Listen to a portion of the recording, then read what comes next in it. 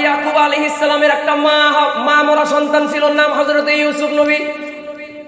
মা মরা সন্তান ছিল। ইউসুফ নবীর ছোটবেলায় মা মারা গেছিল, এজন্য বাপে এই সন্তানটারে আগলে রেখেছিল। বাপে সন্তানটারে বাপের আদর দিত, মায়ের আদর দিত। বাপ যেমন আদর দেয় মা, বাপের আদর দেয়, মায়ের আদর দেয়। বাপে শাসন করে আর মায়ে আদর করে। ছেলে মনে করে যে আমার বাপে আমারে খালি ঝাড়ি মারে আর মা আমারে খালি খুব আদর করে, বাপে খারাপ মা ভালো। কিন্তু আসলে ওর বুঝার ভুল। বাপের আদর করার সিস্টেমই হচ্ছে ঝাড়ি মারা, মায়ের আদর করার সিস্টেমই হচ্ছে চোখের পানি মুছাইয়া দেওয়া। দুইজনই ভালোবাসে, ঠিক কিনা বলে? নেগেটিভ পজিটিভ যদি নেগেটিভ আর পজিটিভ মিলা এখানে আলো জ্বলছে, দুইটাই যদি নেগেটিভ হইতো, দুইটাই যদি পজিটিভ হইতো, আগুন একটা জ্বলতো, সেই আগুন নিবানোর জন্য ফায়ার সার্ভিস লাগতো, ঠিক কিনা? এজন্য অভিভাবকদের বলবো, সন্তানকে জাহান্নামের আগুন থেকে বাঁচানোর জন্য ইয়াকুব নবীর উদাহরণ আমি দিব। ইয়াকুব নবীর মতো করে চিন্তা করা লাগবে। তোমার সন্তান কখন কোথায় যাইতেছে তোমাকে টেনশন করা লাগবে, তোমার পদক্ষেপ নেওয়া লাগবে। তোমার সন্তান মোবাইলে কার সঙ্গে চ্যাটিং করতেছে তোমাকে দেখা লাগবে, আল্লাহর কাছে জবাব দেওয়া লাগবে। তোমার সন্তান কখন এরা খাইতেছে, এটা কি বিড়ি বলেন সিগারেট বলেন খাইতেছে, ওটা খাইলে কি আল্লাহ খুশি হয়? ওটা খাইলে কি একবার 2 রাকাত নফল নামাজের সওয়াব হয়? তাহলে খাওয়া যাবে না, মন চাইলেও খাওয়া যাবে না। সন্তান খাইলে জায়গায় অ্যাকশন দেওয়া লাগবে। এটা কি? হ্যাঁ, গাঁজা খাইলে কি বিরাট সওয়াব হয়? শুনছি এটা খাইলে নাকি বিনা টাকায় বিমানের মতো উড়া যায়। হ্যাঁ, খাইলে কি সওয়াব হয়? খাওয়া যাবে না। বোতল বড় বড় বোতল, এই পানির বোতল না আর এক বোতল আছে, খাওয়া কি সওয়াবের কাজ? কোরআন শরীফে ওটা কি হালাল না হারাম? সবাই বলেন হালাল না হারাম? হুররিমাত আলাইকুমুল খামরু ওয়াল মাইসির, মদ জুয়া এগুলো আল্লাহ তাআলা হালাল করেছে না হারাম করেছে? সবাই বলেন। আপনাদের বাজার কোনটা?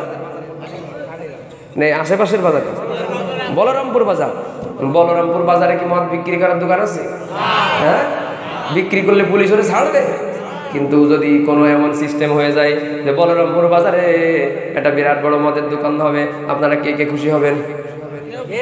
এই গ্রামের মুরব্বীরা কি চাবে যে আমাদের গ্রামের প্রবেশদ্বারে যদি মদের দোকান হয়? মদ হচ্ছে সকল পাপের উৎস। মদের মাধ্যমে জেনা হয়, ব্যভিচার হয়, নাচ হয়, গান হয়, চুরি হয়, ডাকাতি হয়, মা বাপের অবাধ্য সন্তান হয়। কথা বলেন ঠিক কিনা? আমাদের দেশের মুসলমানের এই দেশের সন্তানেরা যেন মদখোর হয়ে যায়। এক শ্রেণীর নাস্তিক মুরতাদেরা এই ষড়যন্ত্র বাস্তবায়নের জন্য চিন্তা করতেছে। আপনারা কি শুনছেন? ঢাকা শহরে কিছু মানুষ ঘোরাফেরা করে, এরা বাংলাদেশের রাজধানী, মসজিদের রাজধানী ঢাকায় ঘোরাফেরা করে আর মনে করে এদেশ কবে ব্রিটেন হবে, এদেশ কবে ইউরোপ আমেরিকা হবে, এদেশ কবে অমুক তমুক দেশের মতো হবে। হাফ প্যান্ট খুলে ঘুরে বেড়াবো, যার সঙ্গে ইচ্ছা তার সঙ্গে মেলামেশা করবো, যা ইচ্ছা সেখানে বোতল খাবো। এরকম একটা দেশ বাংলাদেশকে চায়। ও আশা কি পূরণ হবে? ও আশা কি পূরণ হবে? ও আশায় যদি পূরণ হয় তাইলে শাহজালালের কাজ কি ছিল, খান জাহান আলীর কাজ কি ছিল? এরা এমন বীজ এই বাংলাদেশের মধ্যে বপন করে দিয়ে গেছে, যেই স্বাধীন বাংলাদেশে ওই আল্লাহর ওলিরা রক্ত ঢেলে ঘুমায় আছে, এ জায়গায় কোনোদিন মদের পক্ষ কেউ থাকতে পারবে না। কথা বলেন ঠিক কিনা? বঙ্গবন্ধু শেখ মুজিবুর রহমান বাংলাদেশের সংবিধানে মদকে অবৈধ ঘোষণা করে দিয়ে গিয়েছে। বলেন মারহাবা। এত আস্তে মারহাবা দিলেন, জোরে বলেন মারহাবা। বাংলাদেশের স্বাধীনতার স্থপতি বঙ্গবন্ধু শেখ মুজিবুর রহমান যেই বাংলাদেশে মদকে অবৈধ ঘোষণা করে দিয়ে গিয়েছে, এখন নতুন করে একটা তৃতীয় শ্রেণী নাস্তিক মুরতাদেরা দাবি করার চেষ্টা করতেছে এই বাংলাদেশে যেন মদের আইনের বৈধতা দেওয়া হয়। আমি জানতে চাই, দাবি তো ওরাও করতে পারে না, আমরাও করতে পারি। নাস্তিকরাও দেশের নাগরিক, আমরা মুসলমানেরাও দেশের নাগরিক। ওরাও যদি দাবি করতে পারে, আমরাও দাবি করতে পারি। আমাদের কিছু বলার আছে, ঠিক কিনা বলে? আমরা দেশে আসি নাই, আমরাও বঙ্গবন্ধুর বাংলাদেশে আছি, আমরাও দাবি করতে পারি। ওরা দাবি করেছে যেখানে 100 জন মদ থাকবে ও জায়গায় একটা মদের দোকানের লাইসেন্স দেওয়া হবে, এরকম একটা গেজেট যেন পাস করা হয়। এটার জন্য বারবার চেষ্টা করতেছে। আমরা মুসলমানদের পক্ষ থেকে বলে দেব, খবরদার, এই স্বপ্ন পূরণ হবে না। যেখানে 100 জন ব্যক্তি মদের দোকানের জন্য লাইসেন্সের জন্য দাঁড়ায় যাবে, 100 জন মাত্র বেঈমানের বিপক্ষে 1 লক্ষ মুসলমান আমরা দাঁড়িয়ে যাব, কিন্তু মদের বৈধতা আমরা দিতে দিব না। সত্যের পক্ষে গান গায় বলে আমি বিদ্রোহী, সত্যের পথে ডাকি বলে আমি বিপ্লবী। সত্যের পক্ষে গান গায় বলে আমি বিদ্রোহী, সত্যের পথে ডাকি বলে আমি বিপ্লবী। কোরআনের কথা বলি তাই বলে আমাকে মৌলবাদী, কুরআনের কথা বলি তাই বলে আমাকে মৌলবাদী, জিহাদের কথা বলি তাই বলে আমাকে জঙ্গিবাদী। আমি বিদ্রোহী, বিদ্রোহী বিপ্লবী মৌলবাদী, কেন জঙ্গিবাদী? বিদ্রোহী বিপ্লবী মৌলবাদী, কেন জঙ্গিবাদী? ঠিক কিনা? শুনেন, আমাদেরকে এক সময় একটা শ্রেণী খুব জ্বালাইছে, কয় যে মাদ্রাসায় জঙ্গি আছে, মাদ্রাসায় বোমা পাওয়া যায়, অমুক পাওয়া যায়, তমুক পাওয়া যায়।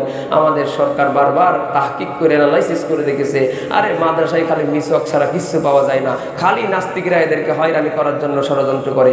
এদেরকে যেন আর কিয়ামত পর্যন্ত কেউ হয়রানি করতে না পারে, আমাদের সরকার আমাদেরকে সরকারি স্বীকৃতি দিয়ে দিয়েছে। বলেন মারহাবা। আমরা পাওয়ারে আছে, উল্টাপাল্টা কথা আমাদের নামে বললে খবর আছে, ঠিক কিনা বলে? জন্মের পরে কানে আজান কি দেয়নি, তুমি মৌলবাদী ছাড়া হওনি। জন্মের পরে কানে আজান কি দেয়নি, তুমি মৌলবাদী ছাড়া হওনি।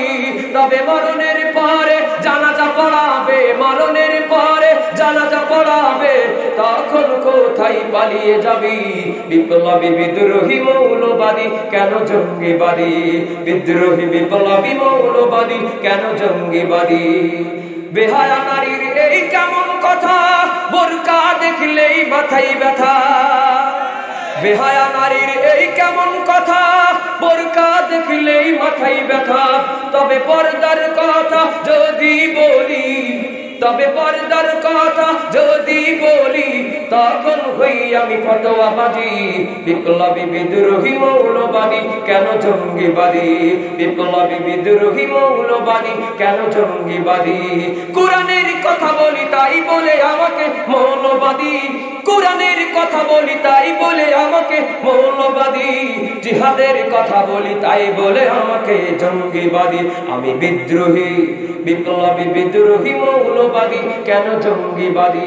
বিপ্লবী বিদ্রোহী মৌলবাদী, কেন জঙ্গিবাদী? বিপ্লবী বিদ্রোহী মৌলবাদী, কেন জঙ্গিবাদী? ভাই মারাকে পছন্দ হয়নি, সবাই দেয়নি, সবাই বলেন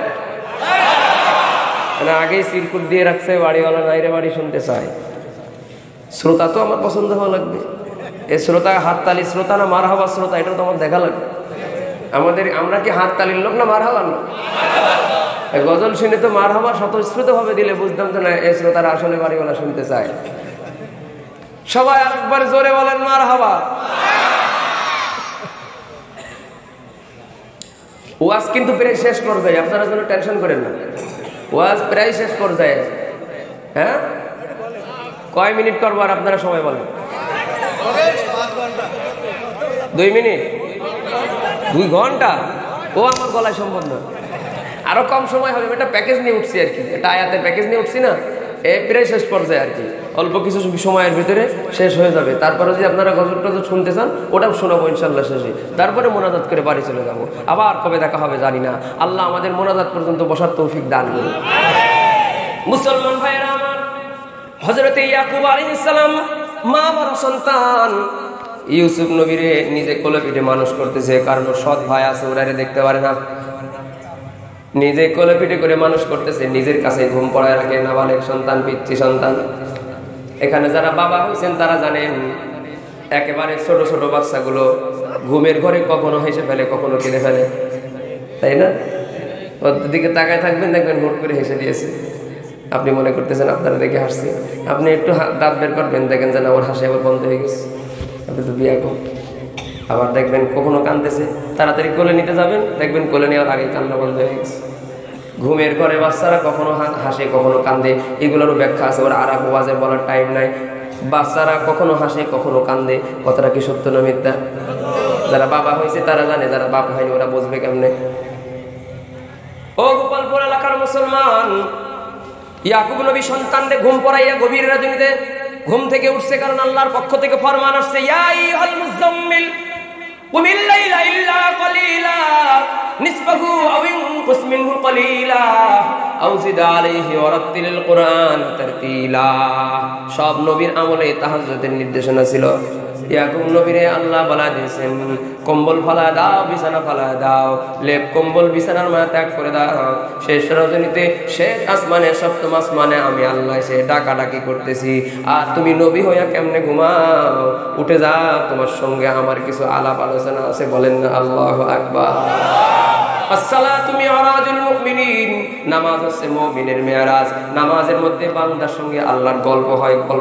গল্প মানে উনিও বলবে, উনি শুনবে, এ বলবে, উনি শুনবে। আর এখন যেটা করতেছি এটা গল্প না, এটা হচ্ছে বয়ান। আমি বলতেছি, আপনি শুনতেছেন। আপনি কথা বললে আমি আপনাদের থামায় দেবো, কারণ এটা গল্পের জায়গা না, এটা বয়ানের জায়গা। একজন বলবে আর সবাই শুনবে।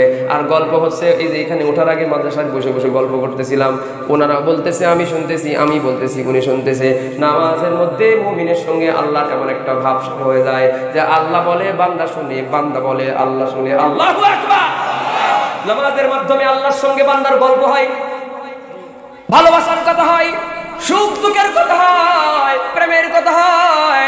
তো বান্দারে নামাজের মধ্যে দাঁড় করা দেয়া আল্লাহ যখন গভীর রজনীতে ইয়াকুব নবীর সঙ্গে ভালোবাসা বিনিময় করতেছে, হঠাৎ করে ইউসুফ নবী ক্যাক করে কেঁদে উঠেছে।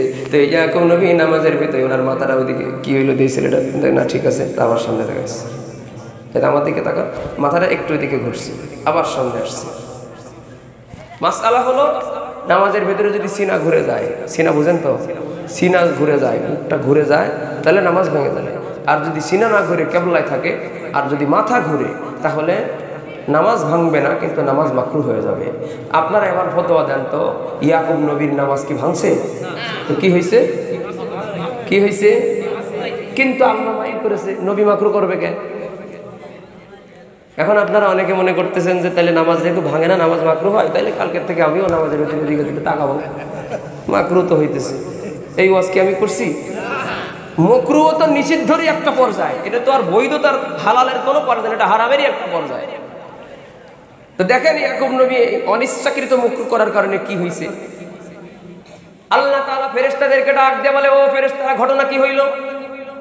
আমার ইয়াকুবের সঙ্গে আমার ভালোবাসার কথাবার্তা হইতেছিল, মাঝখান দিয়ে ইয়াকুব আমারে দেখি আবার মাঝখানে কার দিকে তাকাইলো, ওই পিচ্ছি। ফেরেশতা বলে, আল্লাহ ওর মা হারা সন্তান মানুষ করে, খুব মায়া, কেঁদে উঠেছে, তাই মনে করতেছে আমার ছেলের বুঝি কোনো বিপদ হয়েছে, মায়া কন্ট্রোল করতে পারি না। তো নামাজের মধ্যে আপনার সঙ্গে কথা বলতে বলতে ও মাথাটা অটো ওইদিকে চলে গেছে বেখেয়ালে। আল্লাহ বলবে, নবী মাকরুহ করবে কেন?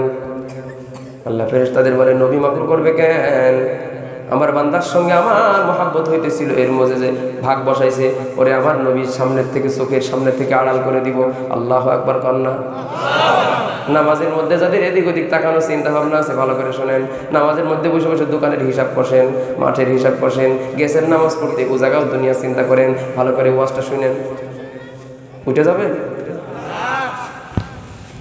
গোপালপুর এলাকার মুসলমান, আল্লাহ তাআলা ফেরেশতাদেরকে বলে, ওই এই আমার বান্দার সামনে যে আমি আর আমার বান্দার মুহাব্বতের মাঝখানে যে সন্তান ভাগ বসাইছে, ওরে আমি আমার বান্দার চোখের সামনে থেকে আড়াল করে দিব। কিচ্ছা বলার টাইম নাই, এত বড় ঘটনা বলার মতো সুযোগ নাই, বলতে উঠি নাই। তাফসীরটা বোঝানোর জন্য ছোট্ট একটু টাচ করব এই বিষয়টার মধ্যে। বিরক্ত হইতেছেন আপনারা? হবে হবে।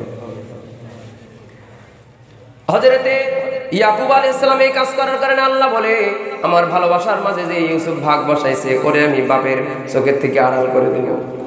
7 বছর বয়স হয়েছে, ওর ভাইরা ওরে নিয়ে জঙ্গলে ফেলে রেখে আসছে শত্রুতা করে।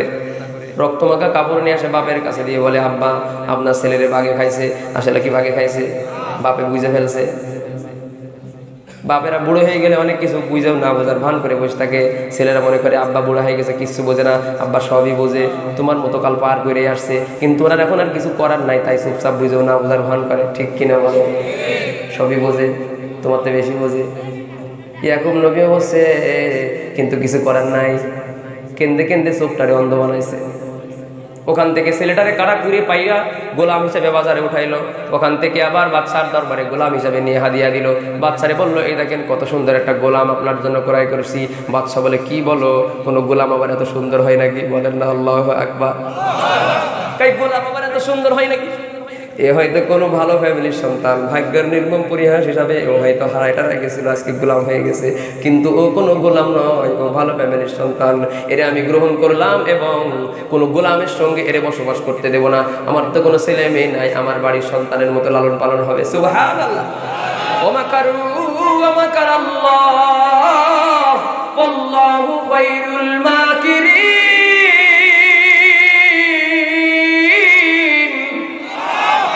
ওর ভাইরাও ষড়যন্ত্র করেছিল, আল্লাহ একটা ফয়সালা করে রাখছিল, শত্রুদেরটা সফল হবে না, আল্লাহটা সফল হবে। রাজপ্রাসাদে রাজার পুত্রের মতো লালন পালন করিয়া 40 বছর বয়সে আল্লাহ তাআলা ইউসুফ নবীরে নবী বানায় দিয়েছে। আরেকবার বলেন সুবহানাল্লাহ। 46 বছর বয়সে ইউসুফ নবীরে আল্লাহ তাআলা রাষ্ট্রপতি বানায় দিয়েছে। আবার বলেন সুবহানাল্লাহ। সন্তান হারায় গেছে 7 বছর বয়সে, ওদিকে বাপে কানতে কানতে চোখ কানা বানায় ফেলছে। আবার সন্তানটারে আল্লাহ নবীও বানাইছে, বাদশাও বানাইছে। একদিকে নবী আর একদিকে বাদশা। মূল্য কম না বেশি? 2 জায়গায় পাওয়ার আছে, উপরেও আছে নিচেও আছে। 2 জায়গায় পাওয়ার আছে ইউসুফ নবীর। আল্লাহ বাদশা বানায়া দিয়া ইউসুফ নবীরে নির্দেশ দিয়েছে, ভালো করে শুনে রাখো ইউসুফ, তোমারে বাদশা বানায় দিছি বলে বাপ খুঁজে বের করবা না, বাবা খুঁজে বের করতে পারবা না। আমি আল্লাহর পক্ষ থেকে নির্দেশ আসার আগ পর্যন্ত তোমার বাবা কোথায় আছে বাবাকে খুঁজে বের করা যাবে না। কি কারণে নিষেধ করলাম এর কারণ জানা যাবে না। কারণ আপনারা জানেন না? ওই যে কইছিল, তাকাইছিল, মনে আছে? আল্লাহ বলে কারণও জানতে চাওয়া যাবে না, যে কি কারণে বাপ খুঁজে বের করতে নিষেধ করছি। তবে এত কাগজ দিলে আমি বয়ান করবো কেমনে? দূর প্রশ্ন করে বয়ানটা শেষ করি। আপনারা যা দিতেছেন সব আমি জানি। কেউ কাই অমুক হবে, কেউ কাই ভারী হলো হবে, কেউ কাই এটা গান এটা গান, এই সে এই সব। তা বয়ানটা আগে শান্ত মতো করে নি, তারপরে দিন। কাগজ যা আছে সব রেডি রাখে, ঠিক আছে না? কেউ কাগজ টাগজ দিন, আমি সুযোগ দেব। বলেন আল্লাহু আকবার। একদম শেষ পর্যায়ে আছে। আপনারা কি বিরক্ত হইতেছেন? একদম ওয়াজের শেষ পর্যায়ে আছে। একবার বলেন লা হাওলা ওয়ালা কুওয়াতা ইল্লা বিল্লাহ। যাদের সামনে একটু ফাঁকা জায়গা হয়েছে আরেকটা টান দেন। শয়তান ও বসে পড়ছে আর কি, খালি এই মজলিসের মধ্যে ঘুরে বেড়াইতেছে, যদি লা হাওলা পড়ায় না। যাদের সামনে একটু ফাঁকা জায়গা আছে এটা সামনে বসেন। একবার জোরে বলেন মারহাবা।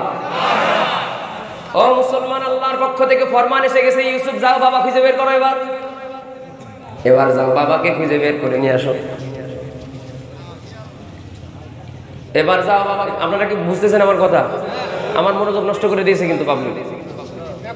আমি কি স্ক্রিপ্ট দেখে দেখে বয়ান করতেছি? আমার তো কানেকশন হওয়া লাগবে, আমার ডিসকানেক্ট করে দেয়। আমি তো স্ক্রিপ্ট দেখে দেখে বয়ান করতেছি না, উপর থেকে তো কথাটা আসতেছে। আপনারা আমারে বলতে দেন, ডিস্টার্ব করেন কেন? শেষে আছে অসুবিধা নেই। আল্লাহর পক্ষ থেকে ফরমান আসছে, যাও বাবা খুঁজে নিয়ে আসো। সৈন্য পাঠায় দিয়েছে ইউসুফ নবী তার বাবারে খুঁজে বের করার জন্য। ওদিকে আর একটা ঘটনার মাধ্যমে সন্তানের মায়ায় যে কানতে কানতে অন্ধ হয়ে গেছিল ইউসুফ নবী, ইয়াকুব নবী, আল্লাহ অন্ধ বাবার চোখটা আবার ভালো বানায় দিয়েছে। কইল না সুবহানাল্লাহ? কইল না? কত বড় ঘটনা বলা যাবে না। অন্ধ বাবারে চোখ ভালো করে দিয়া সন্তানের সামনে নিয়ে আসছে। সন্তান এবং বাবা মুখোমুখি দাঁড়ায় আছে। 7 বছর বয়সে যে সন্তান হারাইছিল তার বয়স এখন 46 বছর। এই সন্তান নাবালেগ ছিল তখন, এখন এ নবী আবার বাদশা। বলেন না মারহাবা। বাপের মনটা কেমন হতে পারে? বাপের মনটা কত বড় হতে পারে? এই খুশির সময় সন্তান বাপের বলে আব্বা যান। একটা প্রশ্ন আছে, প্রশ্ন করার টাইম পাইলে না কয় আব্বা যান আপনার কাছে একটা প্রশ্ন আছে। আল্লাহ যে ভালো মন্দ তকদিরের মালিক, এটাকে আপনি বিশ্বাস করেন? ও বিশ্বাস না করলে আমি নবী হলাম কেমনে? আল কাদির খাইরিহি ওয়া শাররিহি মিনাল্লাহি তাআলা। আমাদের ভালোটা কার পক্ষ থেকে আসে? মোটরসাইকেল চুরি হয়ে গেছে, এই বিপদ কার পক্ষ থেকে আসছে? বাইসাইকেল চুরি হয়ে গেছে, ধান সব ঝড় বৃষ্টিতে নষ্ট হয়ে গেছে, শিলা বৃষ্টি এসে আমের বইল সব পড়ে গেছে, এই বিপদ কার পক্ষ থেকে? ভালোর জন্য না খারাপের জন্য? আমাদের বুঝার শক্তি নাই, তাই আমরা বুঝতে পারি নাই। ইউসুফ নবী তার বাবাকে বলে আব্বা জান আপনি ভালোটাকেও বিশ্বাস করেন কিন্তু মন্দটাকে মেনে নেন। মন্দগুলো যে আল্লাহর পক্ষ থেকে কল্যাণ হিসাবে আসে এটাকে আপনি বিশ্বাস করেন? কয় অবশ্যই বিশ্বাস করি। কেন করি না? যদি না করতাম তাহলে তার আমার নবুয়তি টিকতো না। অবশ্যই বিশ্বাস করি। তাই ইউসুফ বলে আমার সন্দেহ আছে, মনে হয় আপনি বিশ্বাস করেন না। কয় কেন তোর কথা মনে হয় কেন? কয় আমি যে আপনার চোখের সামনে থেকে 7 বছর বয়সে হারায় গেলাম, আপনি আমার কানতে কানতে চোখটারে অন্ধ বানায় ফেললেন। আমার মনে হয় আল্লাহর আদেশে আমাকে তো আল্লাহ আপনার চোখের সামনে থেকে নিয়েছে, কিন্তু আল্লাহর এই ফয়সালাটাকে আপনি মেনে নিতে পারেননি বিধায় আজও পর্যন্ত ইউসুফ ইউসুফ বলে কাঁদতে কাঁদতে চোখটার অন্ধ বানায় রাখছে। তো ইউসুফ নবীর কথায় কি যুক্তি আছেন? হ্যাঁ, আপনি যদি মেনেই নিতেন, আব্বাজান আপনি যদি আমার হারানে যাওয়াটাকে আল্লাহর পক্ষ থেকে কল্যাণকর হিসেবে মেনেই নিতেন, তাহলে সারা জীবন কাঁদছেন আর চোখটারে অন্ধ বানাইছেন কেন? আপনার আর কাজ কাম নাই, আপনি এই টেনশনেই আপনি কাঁদতে কাঁদতে চোখ অন্ধ বানাইছেন। তো ইয়াকুব নবী বলে, তোরে কইছে কে যে তোর জন্য আমি কিনতে অন্ধ হয়েছি? বলেন না মারহাবা। তোরে কইছে কে যে তোর জন্য আমি কেঁদে কেঁদে অন্ধ হয়েছি? কয় আমি তো তাই শুনছি যে আপনি ইউসুফ ইউসুফকে আমি হারানোর পর থেকে। কয় হ্যাঁ আমি ইউসুফ ইউসুফ বলছি, তোর মতো তোরে হারানোর মায়াই আমি কাঁদছি, কিন্তু তোর জন্য আমি কান্দিনি, আমার কান্নার কারণ অন্যটা। বলবো? ইয়াকুব নবী বলে, এই পৃথিবীতে আমি তোমার বাবা, তুমি আমার সন্তান, তোমার অভিভাবক আমি। ওয়া আহলিকুম নার, তুমি সন্তানকে জাহান্নামের আগুন থেকে বাঁচানোর দায়িত্ব আমি বাবার উপরে। কোন কাজ করলে জাহান্নাম থেকে বেঁচে যাওয়া, কোন কাজ করলে জান্নাতি হবা, ওটা শিক্ষা দেওয়ার দায়িত্ব আমি বাবার উপরে ছিল। তোমারে শাসন করা, তোমারে শিক্ষা দেওয়া আমি বাবার দায়িত্ব ছিল। তোমারে ওযু গোসল নামাজ রোজা শিক্ষা দেওয়ার দায়িত্ব আমি বাবার উপরে ছিল। কিন্তু তুমি আমার সন্তান, 7 বছর বয়সে আমার চোখের সামনে থেকে আড়াল হয়ে দূরে চলে গেছো। জানি না তুমি কোথায় আছো, কি অবস্থায় আছো, তুমি কি জান্নাতি হইতেছো নাকি জাহান্নামী হইতেছো, আমি তো জানি না। এজন্য আমি আল্লাহর কাছে বারবার ভয় পেয়েছি, তুমি যদি জাহান্নামী হয়ে যাও আর আল্লাহ তাআলা কিয়ামতে কোটি কোটি মানুষের সামনে আমার যদি প্রশ্ন করে কাঠ করায় দাঁড় করাইয়া, ও ইয়াকুব তুমি একজন জলিল কদর নবী আর তোমার সন্তান ইউসুফ জাহান্নামী হয়ে গেছে, আমি আল্লাহর কাছে কি জবাব দিব? ওই জবাব দেওয়ার ভয়তে আমি ইউসুফ ইউসুফ বলে কাঁদছি। তোর মায়ায় কান্দি নাই, তুই জাহান্নামী হয়ে গেলে আমি কি জবাব দিব? এই মায়ায় আমি, এই ভয়তে আমি ইউসুফ ইউসুফ বলে কাঁদছি। চিৎকার করে বলেন আল্লাহু আকবার। মাওলা তোমার লীলা খেলা কেউ বোঝে না, আল্লাহ তোমার লীলা খেলা কেউ বোঝে না। তুমি কাউকে রাখো গাছতলাতে মাওলা, কাউকে রাখো পাঁচতলায়, তুমি কাউকে রাখো গাছতলাতে মাওলা, কাউকে রাখো পাঁচতলায়। মাওলা তোমার লীলা খেলা কেউ বোঝে না, আল্লাহ তোমার লীলা খেলা কেউ বোঝে না। ইব্রাহিম তোমার নবী ছিল, নমরুদে আগুনে ফেললো। ইব্রাহিম তোমার নবী ছিল, নমরুদে আগুনে ফেললো। আগুন হইল ফুল বাগিচা, আগুন হইল ফুল বাগিচা, পাশম কেন জ্বললো না? আল্লাহু আকবার। আগুন হইল ফুল বাগিচা, পাশম কেন জ্বললো না? বলেন মাওলা তোমার লীলা খেলা কেউ বোঝে না, আল্লাহ তোমার লীলা খেলা কেউ বোঝে। মুসা তোমার নবী ছিল, তুর পাহাড়ে সওয়াল করলো।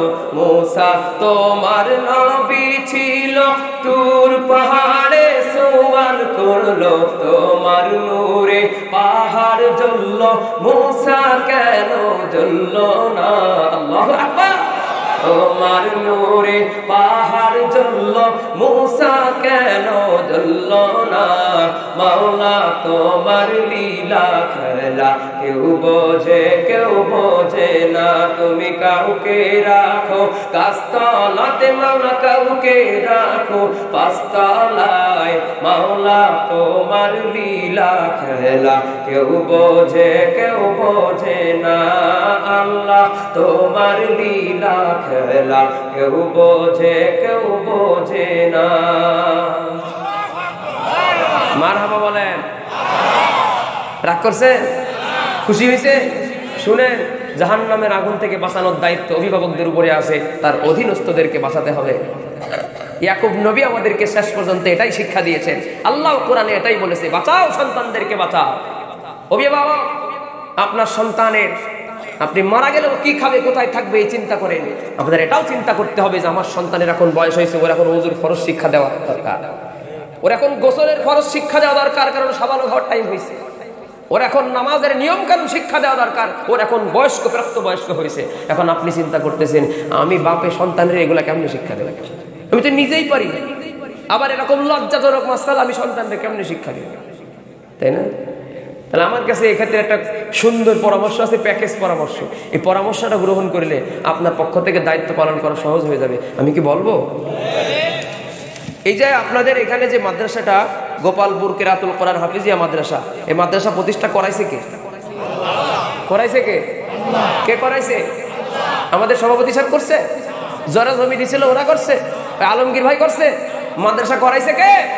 আল্লাহ করাইছে। পৃথিবীর নিজাম ঠিক রাখার জন্য প্রকৃতিতে আল্লাহ যেমন যেখানে পাহাড় দেওয়া দরকার পাহাড় দিছে, সমতল দেওয়া দরকার সমতল দিছে, নদী দরকার সাগর দরকার, যেখানে যাহা দরকার পৃথিবীর ভারসাম্য ঠিক রাখার জন্য ওটাই আল্লাহ দিয়েছে।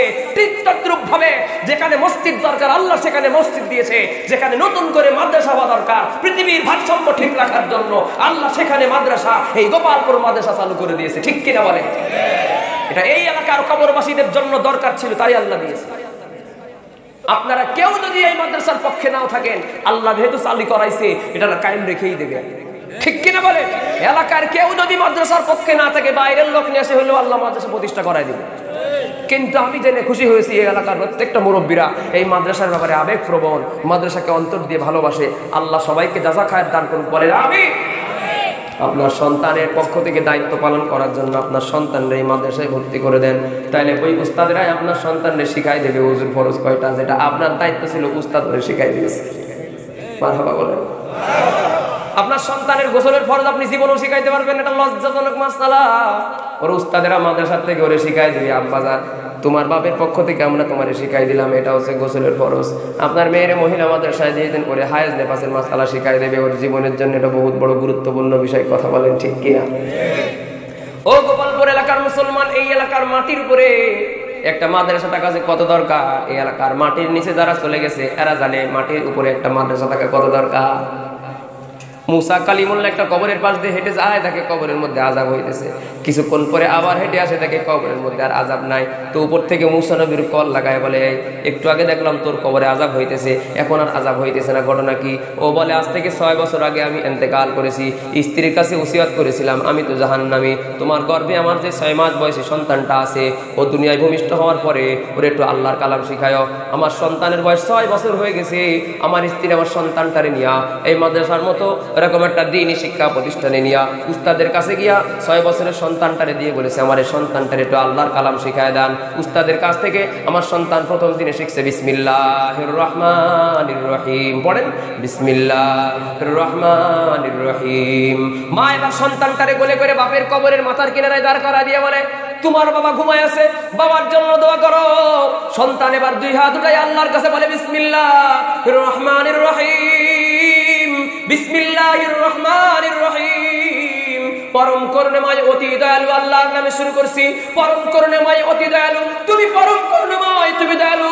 আল্লাহ ফেরেশতাদেরকে ডাক দিয়ে বলে, ও ফেরেশতা, এই সত্য নামের এক বান্দা বাপের কবরের কিনারায় দাঁড়াইয়া বলে আমি আল্লাহ নাকি দয়ালু, আমি আল্লাহ নাকি পরম করুণাময়। আমি কেমন পরম করুণাময় যে এখনো ওর বাপের কবরের মধ্যে আযাব দিতেছি। তাড়াতাড়ি যাও, ওর বাপের কবরের আযাব মাফ করে কবরটারে জান্নাতের প্রাসাদ বানায় দাও। সুবহানাল্লাহ। কোরআন শিখাও ছেলে মেয়েদের, ওহে মুসলমান, জান কবজের সময় তোমার হইবে রিয়াসান। ঠিক কিনা? কোরআন শিখাও ছেলে মেয়েদের, ওহে মুসলমান, জান কবজের সময় তোমার হইবে রিয়াসান। একটি ছেলে হাফেজ হলে পড়বে কোরআন মরণ কালে, একটি মেয়ে হাফেজা হলে পড়বে কোরআন মরণ কালে, নেকি বদি সবই ঋতুর হইবে রিয়াসান। কোরআন শিখাও ছেলে মেয়েদের, ওহে মুসলমান, জান কবজের সময় তোমার হইবে রিয়াসান। ঠিক কিনা বলে? আমার ওয়াজ শেষ, এখন মোনাজাতে যাবো, তার আগে ছোট্ট একটা কাজ করবো, কয়েক মিনিট। ওয়াজ শেষ, বেজার হয়েছে না আমার উপরে? হ্যাঁ, খুব কষ্ট দিয়েছি আপনাদের। হুজুর এতক্ষণ আমাদের যা বললো, হুজুর মূল্যে বদ্ধ দেবো, এরকম না তো? হ্যাঁ, আমি যদি আমার